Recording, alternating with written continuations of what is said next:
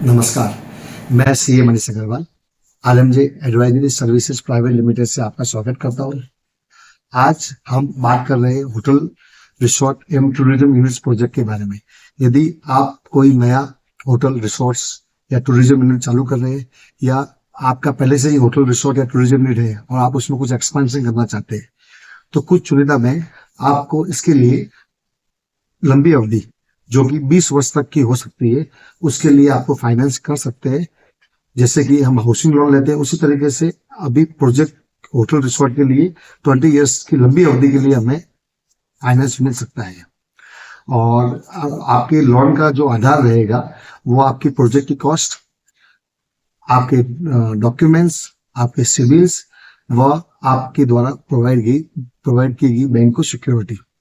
इसके अलावा बैंकों की रेट ऑफ इंटरेस्ट सभी बैंकों की अलग अलग है, जो कि सामान्यतः नेशनलाइज्ड बैंक एवं फाइनेंशियल इंस्टीट्यूशन गवर्नमेंट अप्रूव के अंदर कम ही रहती है।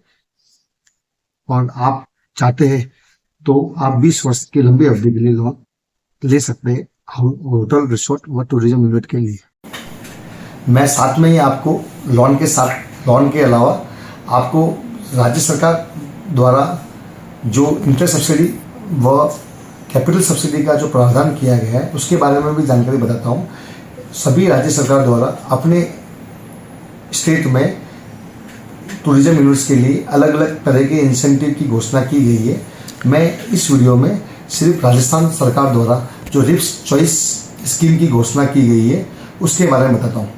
रिप्स चॉइस स्कीम के अंदर आप hotel, resort, home stay, camping site या किसी टूरिज्म यूनिट की स्थापना कर रहे हो तो आपको जो बैंक द्वारा लोन लिया गया है उस लोन के अंतर्गत इंटरेस्ट सब्सिडी मिलेगी, जो 3% से 6% तक की है और इसमें 50 करोड़ तक का आप लोन ले सकते हो। साथ ही में ये जो इंटरेस्ट सब्सिडी मिल रही है वो आपको प्लांट, मशीनरी और होटल के जो उपकरण आप लाएंगे उसी के लिए मिलेगी।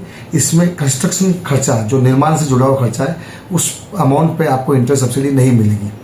साथ ही में आप यदि आपकी प्रोजेक्ट कॉस्ट 15 करोड़ से ऊपर है, जिसमें लैंड, बिल्डिंग, मशीनरी एवं उपकरण शामिल है, तो आपको राज्य सरकार रिप्स चॉइस के अंतर्गत जो भी आपका एलिजिबल इन्वेस्टमेंट है उस पर 10% से 20% तक आपको सब्सिडी दे सकती है, कैपिटल सब्सिडी के फॉर्म में।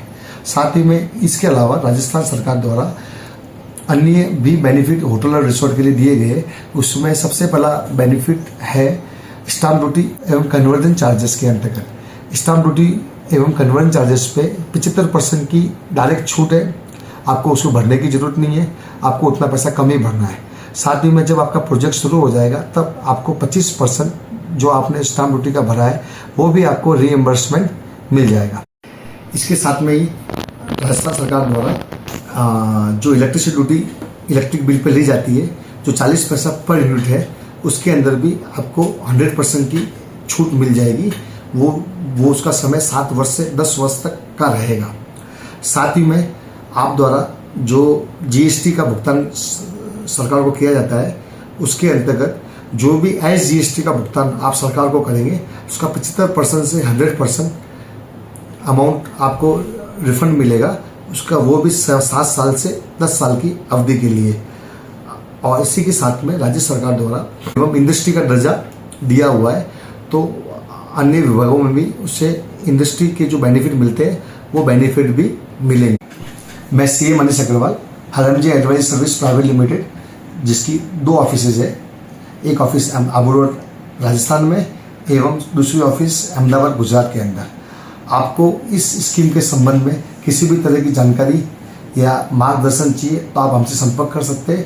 हमारे कॉन्टैक्ट डिटेल्स मैंने डिस्क्रिप्शन में डाल दिए। साथ ही में उद्योग संबंधित और भी किसी भी तरह की आपको नए उद्योग स्थापना एवं उससे संबंधित सब्सिडी व उससे संबंधित लोन के बारे में भी कोई जानकारी चाहिए तो आप हमसे संपर्क कर सकते हैं। धन्यवाद।